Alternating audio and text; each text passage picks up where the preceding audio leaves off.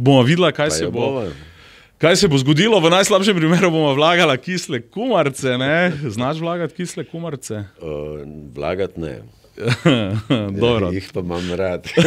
Zlasti v medijih. Zmenjeno. Poslušajte, berite in klikajte Večer za vikend, ker smo z vami in za vas tukaj vsak trenutek. Zdravo, poslušalke in poslušalci, bralke in bralci. Vsi, ki spremljate Večerov podcast, Večer za vikend, ta daljša, ta bolj analitična različica Večera je zjutraj. Malo nam je vroče, Marko. Že. Dobrodošel ponovno v studio. Malo več kot en mesec je minilo. Ja. Kak si? V redu, no. Mislim, težko prenašam vročino, ampak kaj ćemo.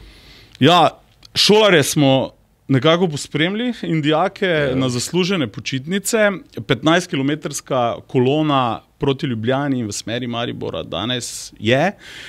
Vremenarji nam pravijo, da smo v vročinskem valu, tako da na zahodu nič novega, razen da je veliko novega in o vsem tem bomo govorila v današnjem podcastu Večer za vikend. Naj bo v uvodu, preden štartava z resnimi zadevami, to tudi povabilo, da ga poslušate, spremljate, priporočite svojim prijateljem, komorkoli. Skratka, da dober glas o naši produkciji podcastu širite še naprej. Seveda pa smo vam hvaležni za to, da se na nje tudi odzivate. Dojemljivi smo za pohvale posebej, pa tudi kakšna kritika, kdaj kaj dobrega prinese. Marko, rekel sem, dobro, še enkrat Reda Radi, novinar, kolumnist, urednik Fokus Pokusa, Večerovec zadnje leta in seveda zdaj tudi reden podcaster.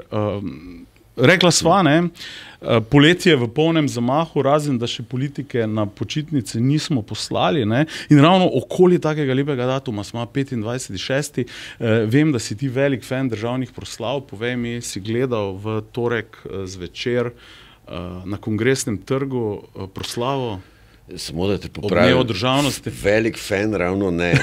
No, se malo te zabavam. Ampak po službeni dolžnosti in po neki tudi iz privatne radovednosti to redno gledam, ker se mi zdi zanimiv fenomen, to redno dolžnostno proslavljanje državnih praznikov. To nismo edini verjetno, ali?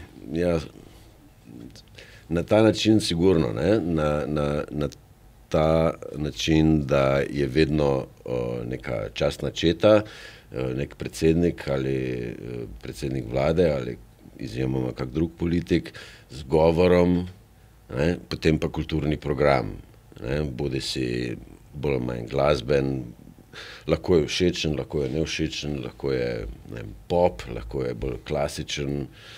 Ampak v tem smislu je to neka slovenska posebnost, ki po mojem svetu ni para.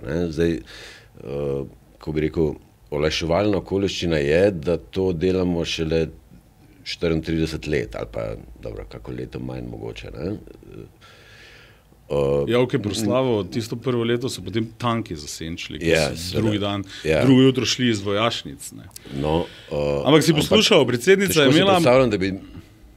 Mislim, tega ne bomo doživeli, ampak si predstavljaš, da bo čez 200 let isto. Ne, ker bojo po moje neki avatarji. Še vedno bojo recitirali slovenske pesnike, ali kaj. Še vedno bo imel nek takratni predsednik vlade ali republike nek govor. Dobro, kakšna ureditev politična bo Slovenija? Letos. Ja, rečiva tako, kar maratonski govor, ne vem zdaj, če je rekorden, teh podatkov nimamo, ampak vseeno, veliko je bilo rečenega o odgovornosti, zelo velik poudarek je bil na dostojnem pokopu žrtev povojnih pobojev, dotaknila se je napadov na pravosodje, dotaknila se je geopolitičnih žarišč, skratka ni da ni. Kako si ti videl, kaj si ti slišal? Pisal si tudi, ne nazadnje, Dobro, tem je bilo precej, vse to, kar sem naštel, je pa, ampak to ne spremeni dejstva, da je bil govor absolutno predolg. Ne. Mislim, moja teorija glede tekstov branih ali govorjenih je, da noben tekst ni tako dober, da se ga ne bi dalo skrajšati. Vključno z mojim. Celo moje. Disclaimer. Ja, celo moje se da skrajšati. No, skratka, kar zadeva ta dostojni pokop, dejstvo je, da bi lahko res to že enkrat uredili. Čisto zaradi NPM je rekla, da bi to bila druga slovenska osamosvojitev. Recimo. Ne vem pa, mislim, to bi morali narediti čisto iz moralnih razlogov, za občutek, če hočeš. Je pa dejstvo, da te tako imenovane sprave zagotovo s tem ne bi rešili, ker pač ta dostojni pokop ne bi preprečil dedičem teh idejnih ali zgodovinskih dedičev teh po vojni pobitih, da bi to aktualni oblasti oziroma svoji politični konkurenci učitali še naprej. Tako je, to se ne bo končalo, tudi z dostojnim pokopom. Kar pa seveda ni razlog, da tega ne bi morali res narediti. Imaš neko kostnico, o kateri je predsednica že govorila pred mesecem, dvema. Tako da to je treba rešiti, to je dejstvo. In to ne na tak način, ne še z enim zidom, kot ga je dal postaviti Pahor, tako rekoč, na Kongresnem trgu v Ljubljani. Prostor za to najbrž ni ravno v centru mesta, zraven frizerja in kavarne. Mislim, to pač mora biti nekje bolj, nek božji mir, ali kako naj temu rečem, nekje v gozdu, magari v tem nesrečnem Kočevskem rogu, tam tej Macesnovi gorici, ali kako. Tako je. Še kaj poleg tega si slišal takega, kar te je mogoče vznemirilo, zintrigiralo?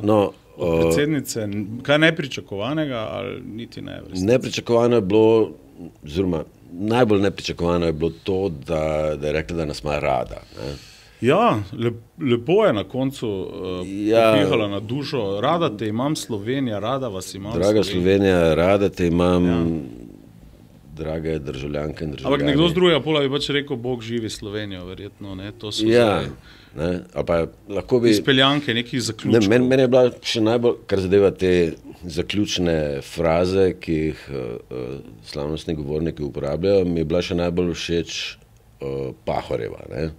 Srečno Slovenija, to je on populariziral in nekako uveljavil, seveda se pa kot še marsikaj, kakšna njegova pogruntavščina ni prijelo. Ampak Srečno Slovenija je dosti neutralno. Mene se to zdelo malo patetično, ker nisem navajen, da mi nekdo, ki mi intimno ni blizu, da mi razlaga, da me ima rad. Ok, papež pred 100.000 ljudmi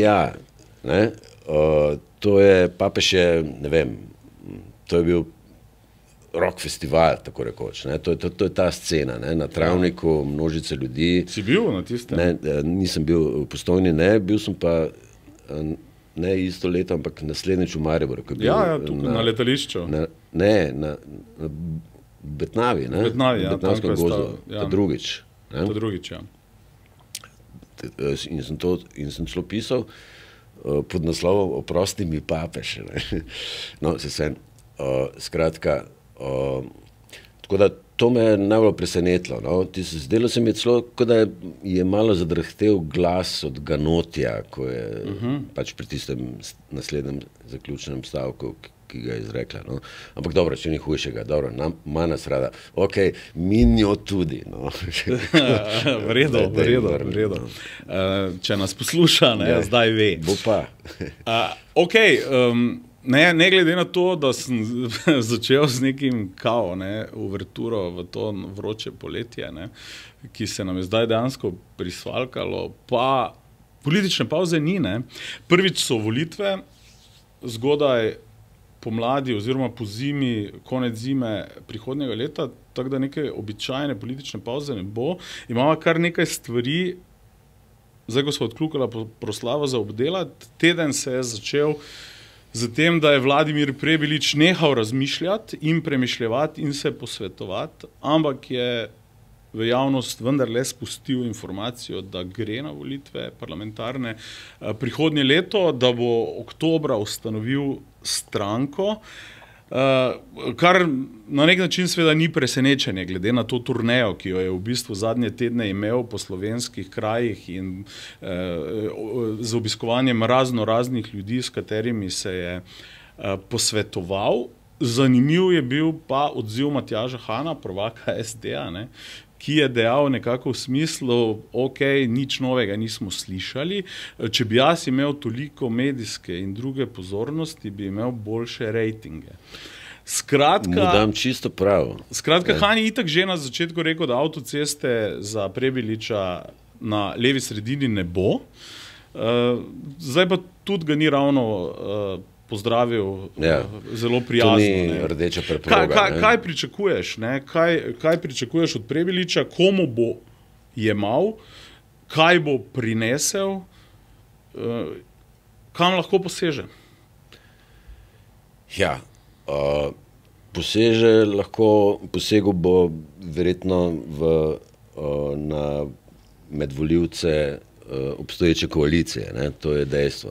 Enim bolj, enim manj, verjetno manj levici, pa bolj socialnim demokratom. Je pa seveda res, da, mislim, kar zadeva to Hanovo izjavo, to je dejstvo. Mislim, človek ima dejansko totalno medijsko pozornost, ki pa je ne izkoristi.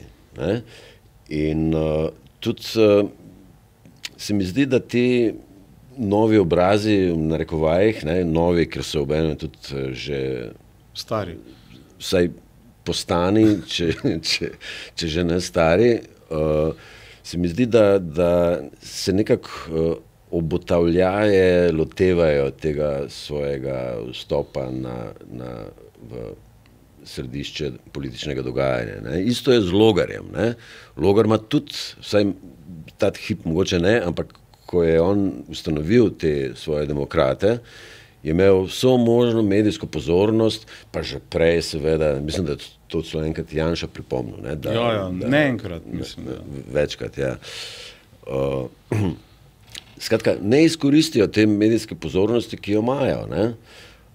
Kot da bi se bali, da bi mogoče res podzavestno se bali, da imamo poln kovček teh novih obrazov, tako imenovanih, teh newcomerjev, ki si obetajo, da bojo ne vem kaj dosegli.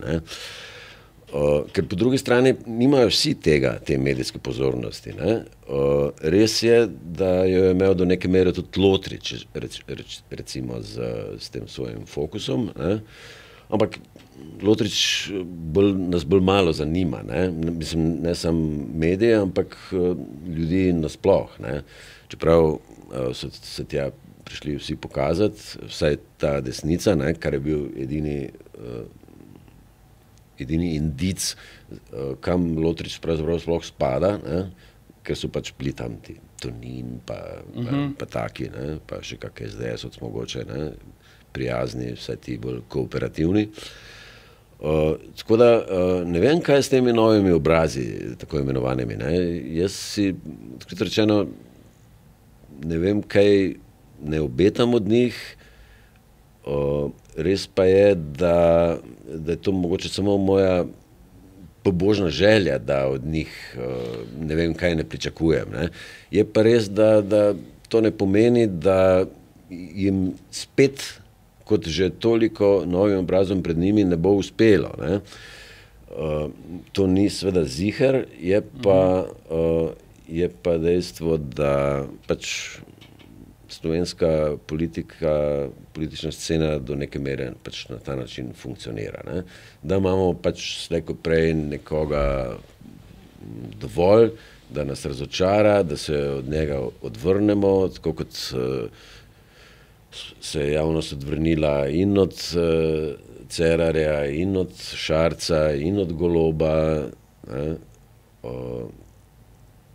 in potem spet naivno, kot da še nikoli nismo imeli takih izkušenj, upamo, da bo bolje to izkoristil naslednji tak kandidat. Zdaj tako je, ne? Zagotovo je ena velika specifika in posebnost slovenskega političnega prostora je ta ekstremna gibljivost oziroma, bom rekel, torej volatilnost na eni strani političnega prostora, na drugi strani pa to dejstvo, da se tik pred volitvami kakšno leto začne sezona ustanavljanja novih političnih strank, političnih iniciativ. Mislim, da je to kar slovenski unikum. Saj nastajajo stranke tudi v drugih državah, ampak glej, zdaj sva govorila o Previliču, omenil si Lotriča in Logarja, ampak vendarle na sceno prihaja še Kordiš. Svojo stranko je ustanovil nekdanji SDS-ov poslanec Kaloh. Ja. Potem vrnil se je Karl Erjavec za stranko Zaupanje. Skratka, nek nacionalni šport je to strankarstvo. Ne? Ja, je nacionalni šport, ampak je bistvena razlika. Ne? Enemu uspe, ja. Petim pa ne. Pa mogoče jih je zdaj... hitro pozabimo. Vsi ti, ki si jih zdaj naštel, ja. Kaloh, Lotrič, vsem to ne bo uspelo. Večina teh se zdi popolnoma irelevantnih, ja. Da ne rečem naivnih. No, kaj ti kaže ta želja slovenskih politikov ali igralcev zunaj politike, ki se lotijo politike, da dobijo svojo stranko? Je to neka egomanija, gre za dokaz neke živosti strankarske demokratične scene? Ali gre nazadnje za, pač bom rekel, neko stalno strateško fragmentiranje, drobljenje vsega skupaj? Ne? Ker ja, res imamo, tako si rekel, 5 strank imamo v parlamentu, ne? V tekmo jih pa gre bistveno ja. Več. Ne? In ostale pozabimo. In pridejo novi in Erjavec vmes naredi pauzo in se vrne in tako dalje. Ne? Ja, po mojem oni mešajo to dejstvo, da so znani, ne v narekovajih, da so znani politični akteri. Ne? Vsi jih poznamo, ne? Vsi za njih vemo, za Erjavca, za Kaloha, za Lotriča. Še Ruparja smo pozabila, ne? Še on je svojo stranko naredil. Ampak po mojem je njihova kruta pomota v tem, da nameravajo, da si obetajo, da se bo ta njihova poznanost in prepoznavnost, če hočeš, spremenila, da jo bojo lahko unovčili kot politični uspeh, merljiv z vstopom v parlament, z določenim številom poslanskih sedežev. Ne? Tako da to je pač neka naivnost, ki izvira iz te naivnosti volivcev samih. Ne?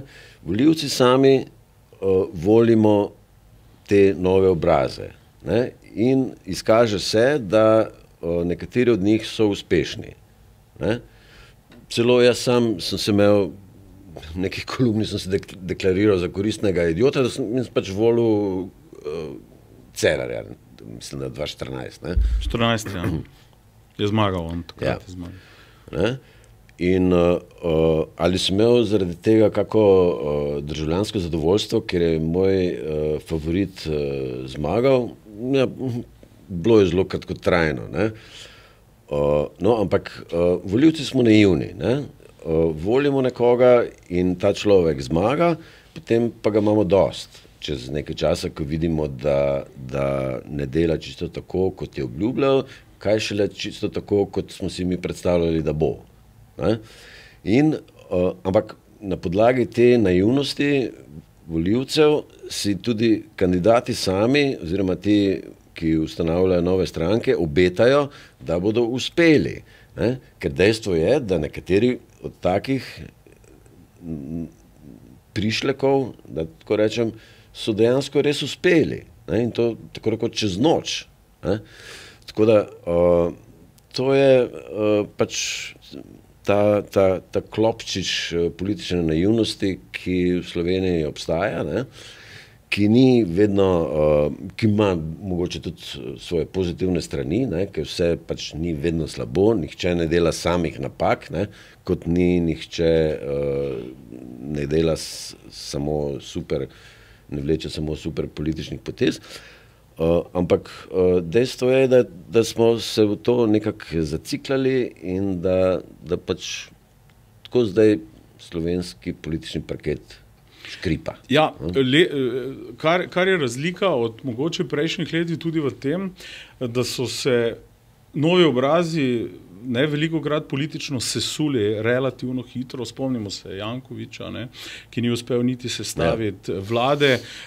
Tudi Cerarjeva SMC se je začela relativno hitro erodirati od znotraj, nekako počasi ta konflikt, ki je nastal med njim in tedanjim predsednikom parlamenta Brglezom, dokončno v bistvu eksplodiral in povzročil velik razkol v stranki. Zdaj, Golob pa nekako, seveda rejtingov primerljivih z volilnim rezultatom nima, ampak vztraja na relativno visokih rejtingih, nekako je za petami Janši kot trenutno vodilnem v javnomnenjskih raziskavah, ne kaže na to, da bi prišlo do nekega večjega osipa.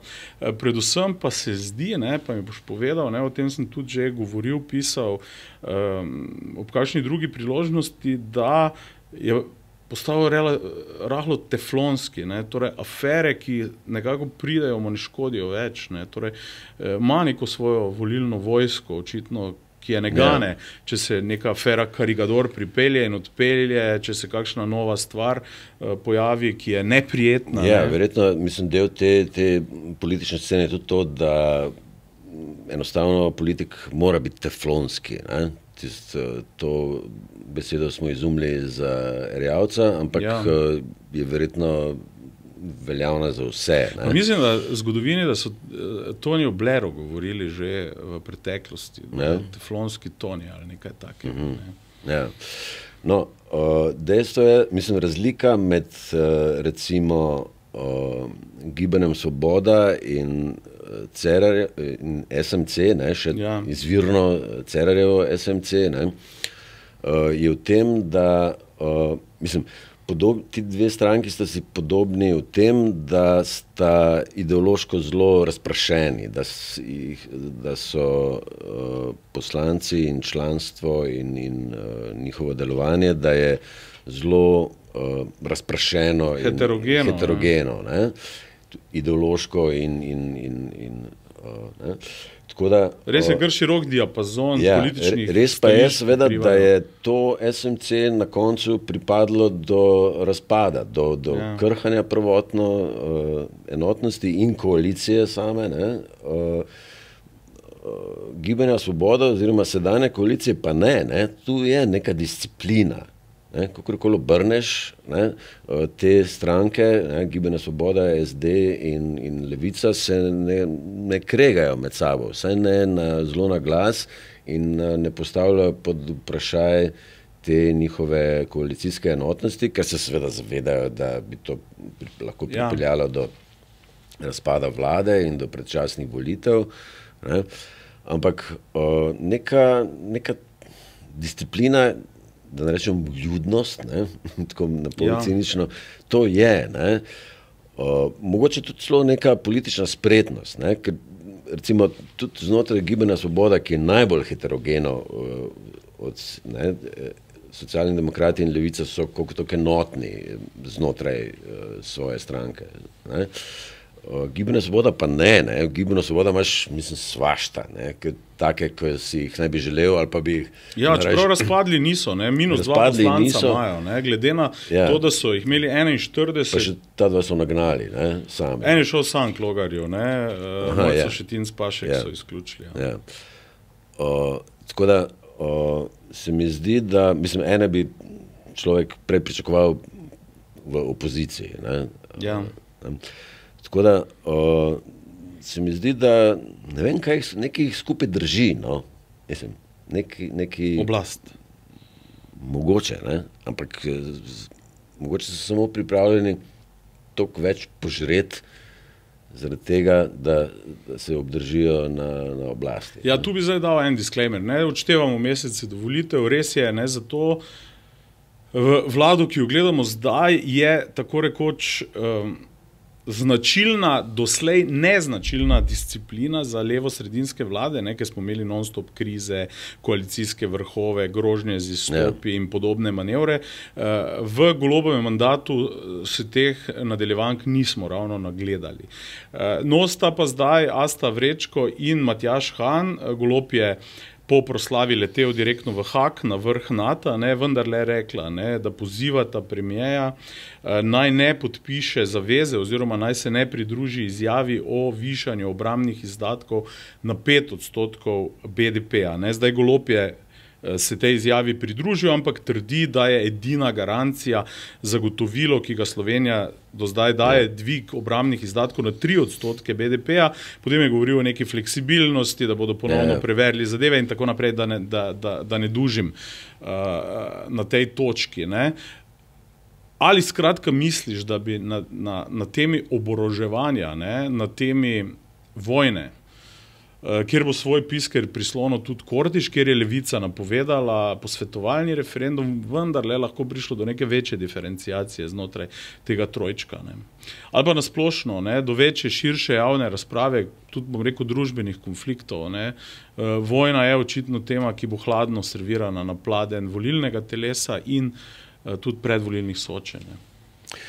Ja, mislim, da niti to ne bo pripeljalo do rahljanja te kohezivnosti koalicije. Ne. Dejstvo je, mislim, cela zadeva je precej smešna. Ne. Mislim, trditi,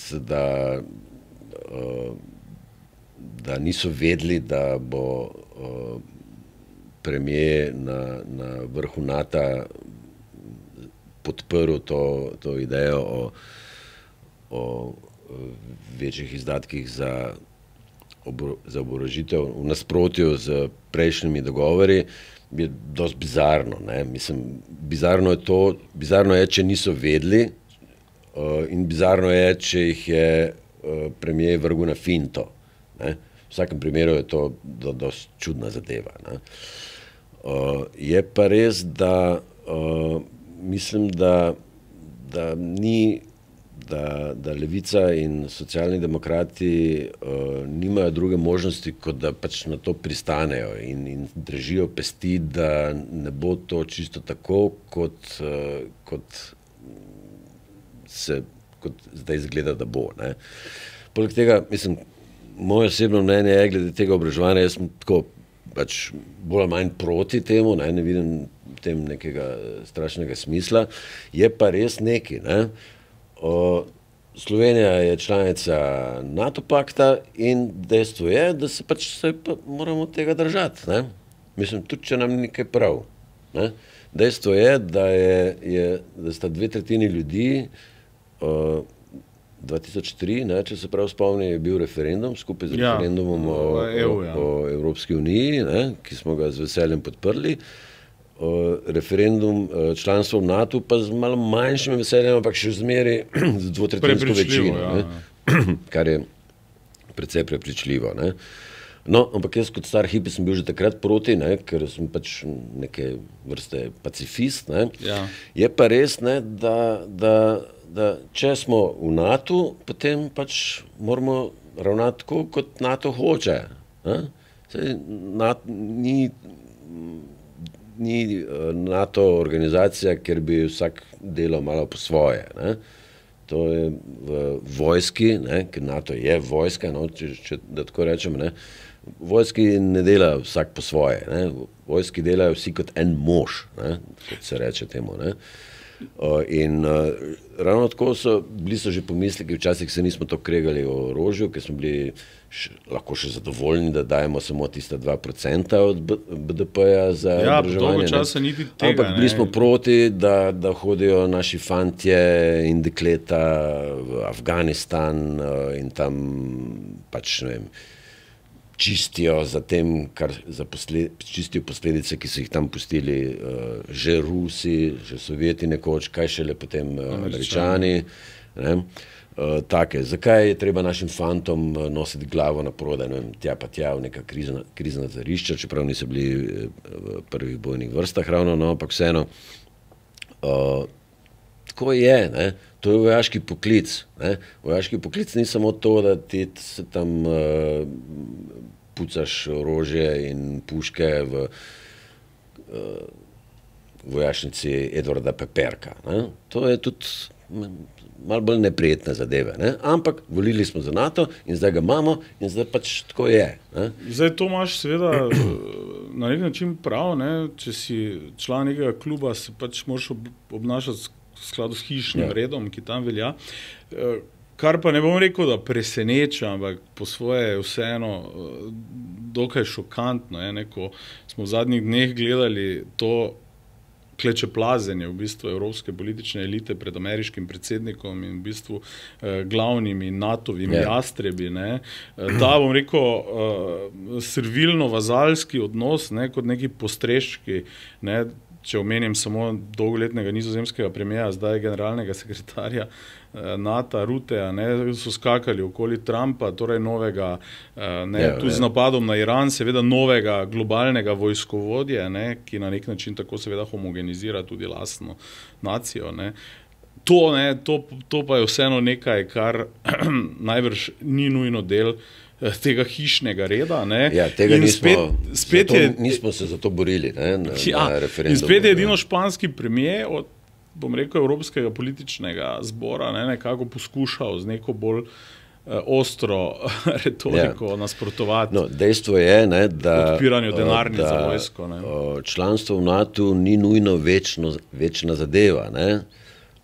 Dejstvo je, da Španija poskuša očitno ravnati po svoje, da bi se izčlanila iz NATO. Skratka, Španija hoče ignorirati do neke mere, da tako rečem, ta hišni red, kot praviš, kluba, ne, obenem pa ostati članica tega kluba. Ne. To je neka umestna pot, ne, in to nas dejansko uči, ne, da ni nujno, da to, kar sem prej razlagal, da zdaj, ko smo v NATO, ne, da pač moramo delati tako, kot se v NATO dela. Ne.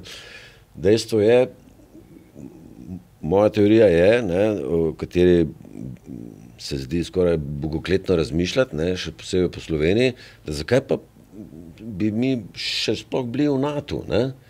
To je, ni nujno, da ne bi imeli vojske. Ne? Ne biti v NATO ne pomeni ne imeti vojske. Ne? To je za tako malo državo varnostno verjetno nevzdržna pozicija ali kako, čeprav imamo nevtralne države tudi blizu nas. Imamo nevtralne. Sta se pa dve skandinavski odpovedali svoje nevtralnosti. Ja, seveda, če bi imeli Ruse sosede, verjetno bi drugače razmišljali. Ne? Je pa dejstvo, da v primeru vojne, no, da tako rečem, ne, v primeru napada na Slovenijo ali pa posrednega napada na Slovenijo, če bi bila izbuhla neka svetovna vojna dimenzij, kot je bila prva in druga, ne, potem bi verjetno hočeš nočeš gor plačala tudi Slovenija, tudi če ne bi bila direktno napadena in tudi če ne bi bila direktno vpletena, če se ne bi pač postavila na eno ali na drugo stran. Ne. Tako da se bojim, da NATO kot zaščita, ne vem, če je bistven za varnost neke države, neke tudi nevtralne države, ki ni članica. Ne.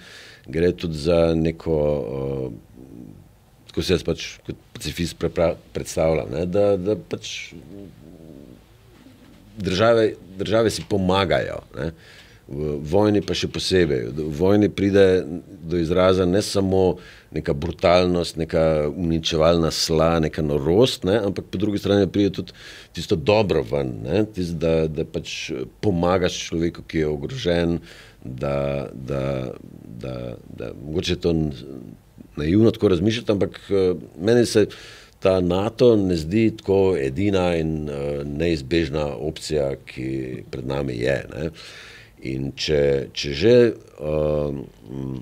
se mi zdi bolj normalno, da ne bi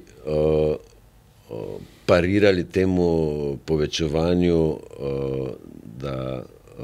povečevanju izdatkov za oboroževanje, da če tega nočemo, če se dogovorimo, da tega nočemo, ne, kako se dogovoriti, ne vem, ne, z referendumom najbrž ne, ker to je preveč pomembna zadeva, da bi jo dali kar na referendum, ker tako kot smo šli v NATO po zaslugi ljudske volje izražene na referendumu, verjetno ne bi šli ven kar po zaslugi ljudske volje izražene na referendumu spet. Ne. Ta obratni postopek dvomim, da bi bil možen. Ne.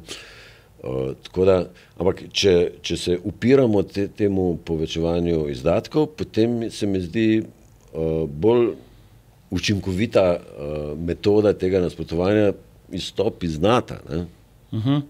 Zdaj, smo pač... Vojsko je že dober med, na vsak slučaj.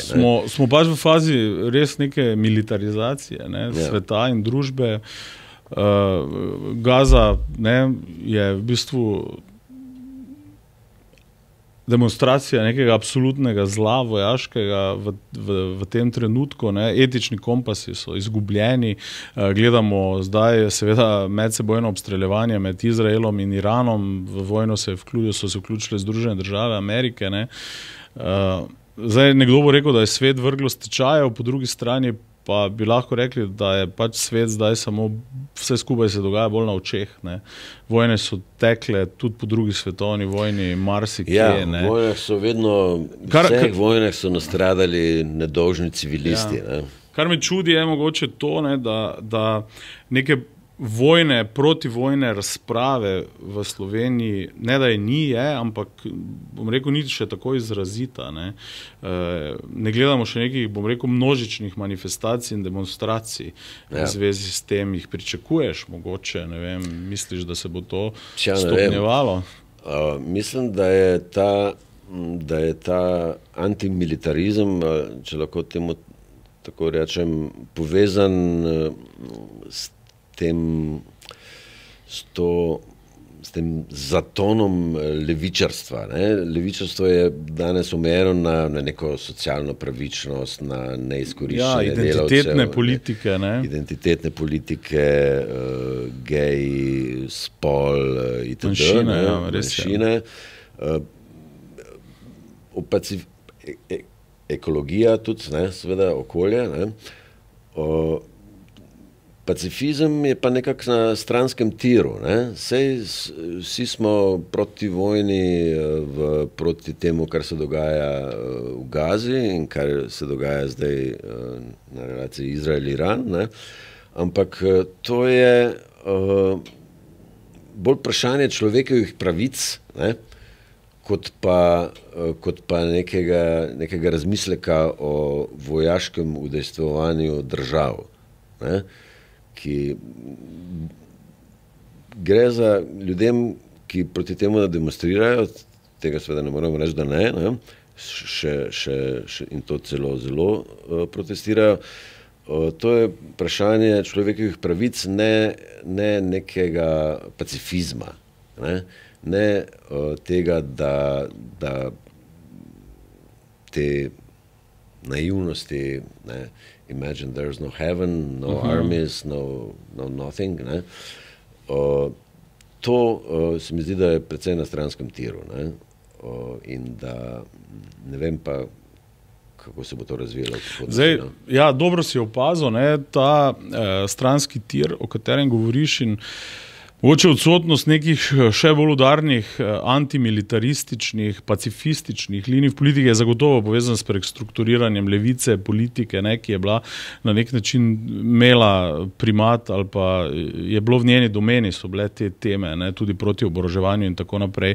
Ker na drugi strani seveda desnica s tem nima težav, in na tej točki bi v debato najno pripeljal še eno, bom rekel, notranje politično dogajanje, ki ga ne smemo pozabiti v najni analizi, in to je bivšega obrambnega ministra Tonina Prvaka Nove Slovenije, ki pa je ravno te dni dobil na nek način rdeči karton svoje stranke. Ne, Janša je že zdavnaj napovedal, da bo Nova Slovenija menjala predsednika. Ne. V Novi Sloveniji so ves čas trdili ne, in tudi Tonin, gremo na volitve z sedanjim vodstvom. Sedaj pa se je zgodilo, torej jesenski kongres bo volilni, Tonin ne bo kandidiral, očitno prihaja Jernej Vrtovec, saj tako se nekako prognozira, mimogrede, takoj zatem je seveda tekel do Brezja, ne, se snemal pri tem, skratka, da je že v neki mini kampanji. Ne. Bi pa vseeno opozoril, ne, da tako Vrtovec kot Janez Cigler Kralj, drugi možni prestolonaslednik, ne, to so fantje, ki so takrat na nek način odstavili tudi Ljudmilo Novak, ne, so se vsi že zmerili vsak na svojih volitvah. Ne. Tudi Vrtovec je šel na evropske volitve, Cigler Kralj na predsedniške, pa nobenemu ni uspel nek strašen preboj. Tako da mogoče, če sva analizo začela v notranji politiki, šla čez neke globalne teme, ne, mogoče se zdaj vrnejo v notranjo politiko, Nova Slovenija, ne, tudi nek pomemben faktor, kaj ti vidiš, ne, ta šok terapija, zdaj še ena menjava predsednika, bo obudila neke sadove? Sem nekaj, da razčistil. A jaz kaj zamujam?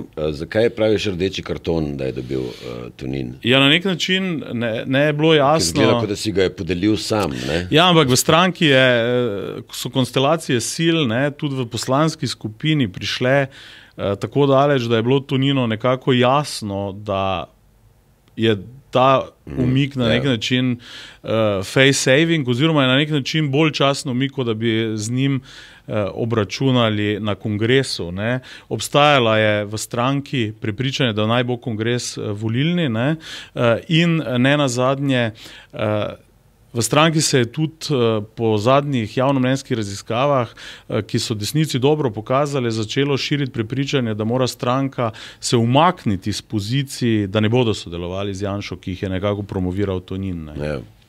Ja, seveda, v tem smislu je rdeč karton, ja. No, kar zadeva Vrtovca, to je bolj mogoče pri njemu to tako imenovano Petrovo pravilo, ne, da ne veš, kje je tvoja zgornja meja, ne, da hočeš še več. Ne. Vrtovec se meni zdel, oziroma bi se mi mogoče še enkrat zdel idealen minister za infrastrukturo. To v tem nimam pa prav nobenega dvoma, čeprav nisem niti fan, niti volivec NSI. Ne. Mene zanimajo za te zadeve okoli Darsa in te insajderske. Ne. Ampak on je bil, se mi je zdel, fajn minister za infrastrukturo, da ve, kaj dela. Ne. Vsekakor bolj kot Alenka Bratušek. Ne. Ali pa še kakšen prej, ne vem, kdo so se bili. Ne. Je pa res, da verjetno si bomo tudi mi sami, ne fani in ne volivci NSI, nekoliko odpočili v Toninovi odsotnosti. Ne? Tonin zna biti zelo glasen, celo preglasen, očitno, ne, za nekatere njihove insajderje, ker je pač znal vehementno poudarjati, da pač SDS pa ne, z njimi pa ne. Poudarjajo pa on še marsikaj. Ne. On je, pred kratkim sem zasledil, da je on govoril na tem njihovem, ki so že imeli ta svoj nek zlet, zdaj pred kakim tednom, je govoril o generaciji, da to njegova generacija, naša generacija, kira zdaj naša generacija, teh 40-letnikov, teh milenicev, kaj, kdo bo zdaj, on tisto polaga upe v svojo čigavo generacijo. Ja, v novo, v nek prelom generacij v slovenski politiki, da je zdaj čas za, za tiste, ki niso v politiki ravno iz 80-ih. On kot mulc rojen okrog leta 80, ne vem zakaj, mislim, zakaj to sploh govori o nekih generacijah, ne? Ker to vsekako ni generacija, ki bi mi starejši občani tako ne vem koliko zaupali, ne?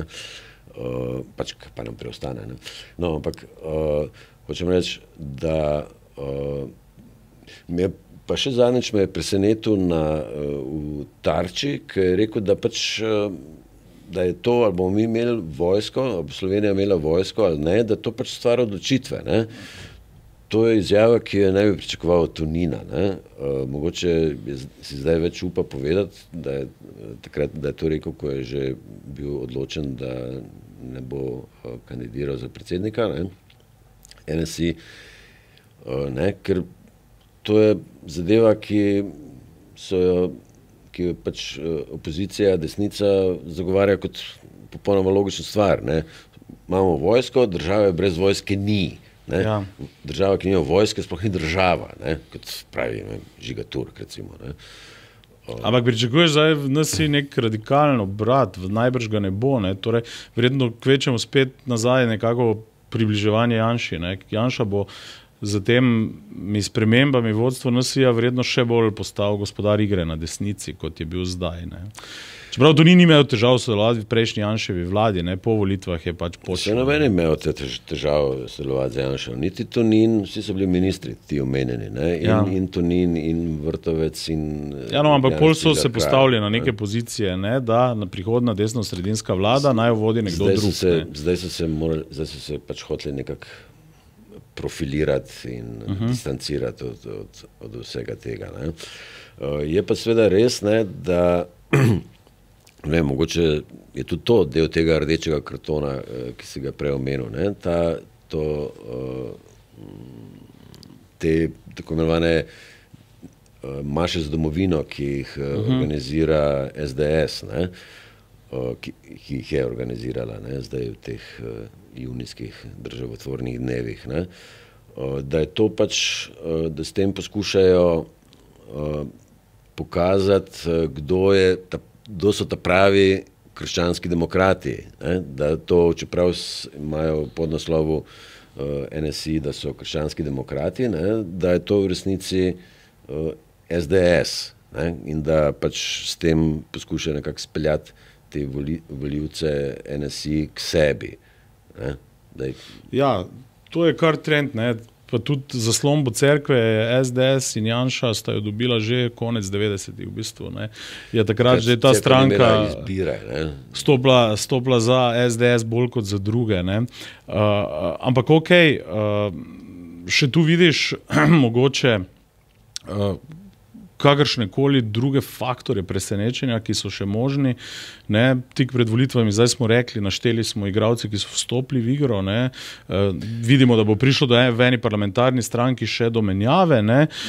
Obstaja še kaj? Nismo omenila Stevanoviča, ne? Resnice. Ja. Ne gre prvič na volitve sicer. Ja, ne? Njega dojemaš kot nek možen faktor presenečenja. Ta populistični moment slovenske politiki. Ja, mogoče zagotovo ne bo nek dominanten novi obraz, ne? Lahko pa preseneti. Ne? Kaj zvem, že to bi bilo veliko, da bi se uvrstil v državni zbor. Ne? Vsekakor. Ne? Čist za odpisati ni. Ne? To je nekaj, kar brbota pod površjem. Ne? To ni, on nima neke strašne medijske prezence, ne? Razen v predvolilnih kampanjah, ne?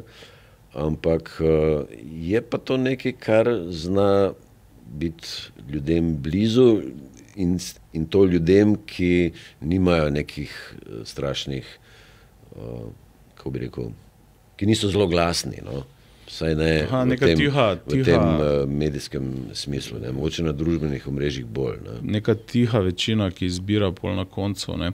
Ok, Tomiše, zdaj pa res za konec. Ne?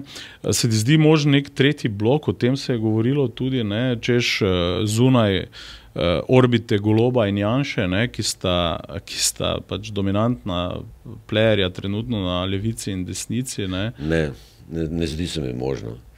Niti zaželeno, če mene vprašaš, ker že teh dveh blokov imamo poln kufer, kaj bi šele počeli s tretjim? Dobro, Marko, hvala za danes. Ne? Zdaj tako, ne, bi rekel, mi da bomo šla malo vmes na dopust, ne? Ampak bomo delala čez poletje, tako da v bistvu lahko kar napoveva poslušalkam in poslušalcem večera za vikend, da se vrneva že konec julija, ne? Ja. Zdaj pol morava to obljubo seveda držati, ne? Bomo videla, kaj se bo zgodilo. V najslabšem primeru bomo vlagala kisle kumarce, ne? Znaš vlagati kisle kumarce? Vlagati ne. Dobro. Jih pa imam rad. Zlasti v medijih. Zmenjeno. Hvala za tokrat, spoštovane in spoštovani. Smo na YouTubu, na Apple podcastih, na Spotifyju. Skratka, pri vaših providerjih za podcaste nas najdete. Ostanite z nami.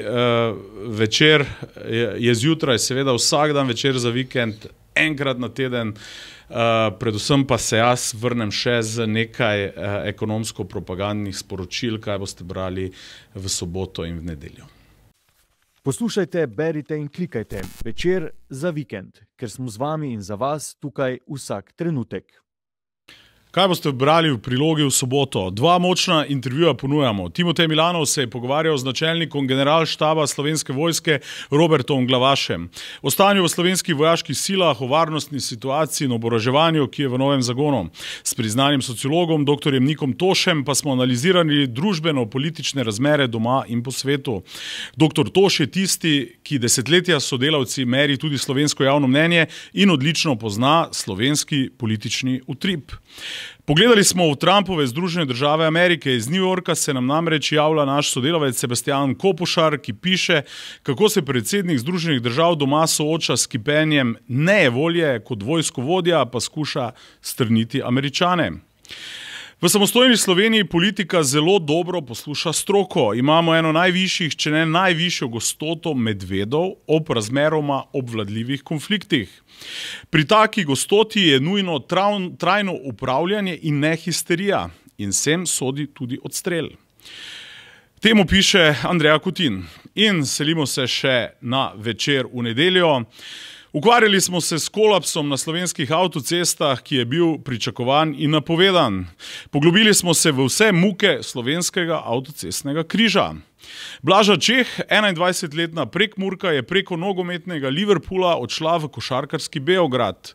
Nik Brumen jo je intervjual. In še temna plat, mladoletniki kot plačani morilci. Njihova taktika organiziranih kriminalnih skupin je namensko novačenje mladih storilcev za izvrševanje kaznivih dejanj.